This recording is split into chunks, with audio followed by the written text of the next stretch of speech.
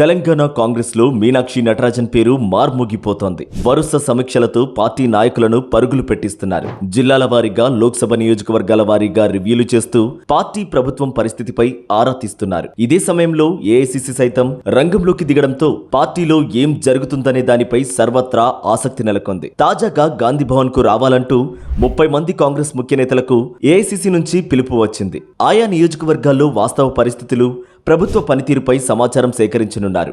అనంతరం ముఖ్య నేతలు ఇచ్చిన వివరాలతో నివేదిక సిద్ధం చేసి మీనాక్షి నటరాజన్కు రిపోర్టు అందజేయనున్నారు.